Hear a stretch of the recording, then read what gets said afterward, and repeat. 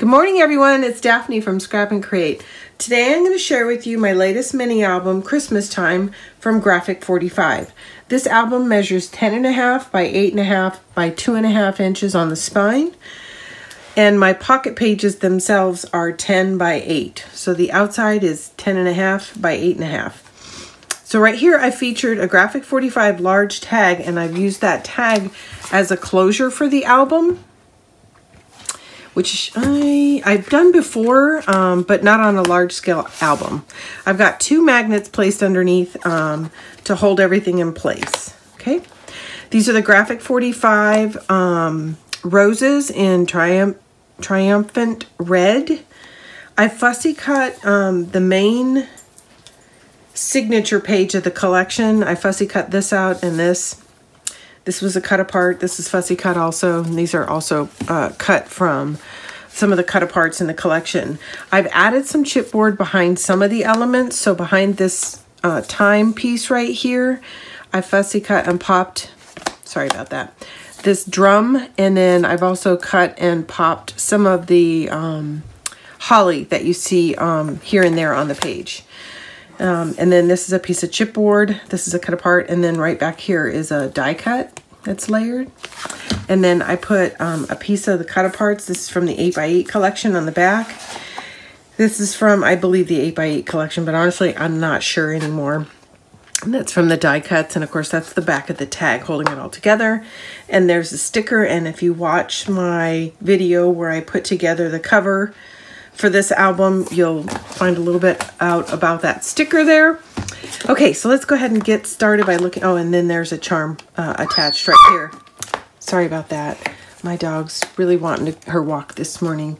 There's a little charm here and here. And when you buy the bundle from us, you'll get some coordinating charms depending on availability. I put a piece of chipboard here. This is one of the die cuts. I've got a Graphic 45 regular tag here. This is from the 12 by 12 collection. And this is from the 12 by 12 collection. I'm not sure on this. I'd have to get a scale to look at it. I did, while I was actually constructing the album, make a real effort to try to let you guys know what size paper I was using. Not just the pattern, but what size it was coming from. This is a cut apart, and I've left it open-ended. I think I'll use my tag to demonstrate that.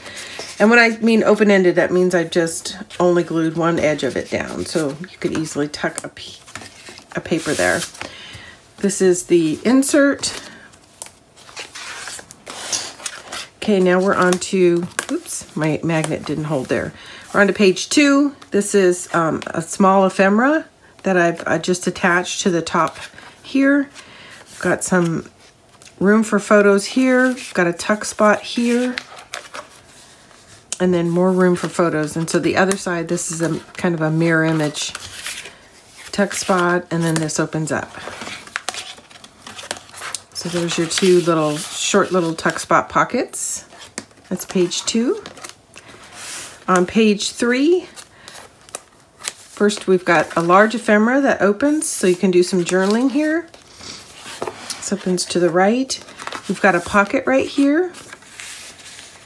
And then it opens like so. And then this is open-ended too, so that if your photos are large or you want to slightly tuck them behind, you can. Oops. It goes like that and like that. And that is page 3. With another large insert that I just set aside. And then here's page 4 and 5. They're mirror images of each other. We've got large ephemera cards on both sides, and then I've created a tuck spot off the top of each of these. So there's an ephemera card behind each one. And one I decided to do the journal side up because I liked the pattern, and this one says Season's Greetings. So it's a great little spot to do some journaling about whatever's in your photo layout. And then here we go on the inside. We've got another pocket, and then I just made a photo mat that slips inside. I normally mount all of these so that they're, you can put a photo on the back of them, but I think I mentioned it in several videos. I'm just way behind schedule, so I was trying to get this out quickly because I've got projects kind of building up here. So most of you have done enough projects with me. You don't need me to walk you through how to mat a ephemera card. Okay, here we are.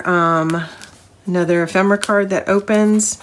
We've got what I call an extended flap here. Opens like so. We've got a pocket here. And then just a beautiful, simple spread in the middle for some of your larger photos. And then, of course, you can easily get a 4x6 on either side. Okay, and we've seen this before. Got our small ephemera card. We've got a tuck spot here and here. And then it opens again for a nice large layout. This is the cream cardstock that always comes with the patterns and solids. It's the last page. And actually when I did it, I don't think I was working under studio lighting. If I had it to do over again, I probably wouldn't have used this. It's a little too light. I think 2 yellow strips might have looked better. So you might want to consider that when you're building yours. I liked it at the time, but in retrospect now, looking at it in light, I think it's just a little too white. I thought it was going to be creamier. And then I just put some cardstock on the back of this flap. Got one more insert. And then here is the last page, page 8. This is just a topper. I had originally designed it with this pattern in the background, and it just didn't work for me. So I wound up cutting apart and adding this element, and I'm much happier with the page now. And then we have another tag here, piece of chipboard, and this opens left and right. And again, easy to put a 4x6 photo here, or 4x4s or 3x3s. Those will fit just fine. And then this is perfect for a nice large photo mat for lots of photos. So that is the Graphic 45 Christmas Time album. And as usual, in addition to releasing the walkthrough, the entire playlist for the tutorial to put this together is available for you guys to view. They all get released at the same time. If you're new to the channel, please subscribe. You'll be notified when we have new content. And to help you navigate better and find projects, we create what are called playlists. The playlist will have the title of the paper in it. And when you click on that playlist, it'll have in order all of the tutorials related to a given project. So you only got to go to one place to find them all. As always, our tutorials are free. They're going to remain free, and they'll be available for you to view at any time. If you start a project, you will be able to finish your project. We will not take any of our tutorials down. So once we commit something to YouTube, it stays out there so you guys can use it whenever you have time. Thanks everybody for tuning in. This is Daphne from Scrap and Create. Thanks again.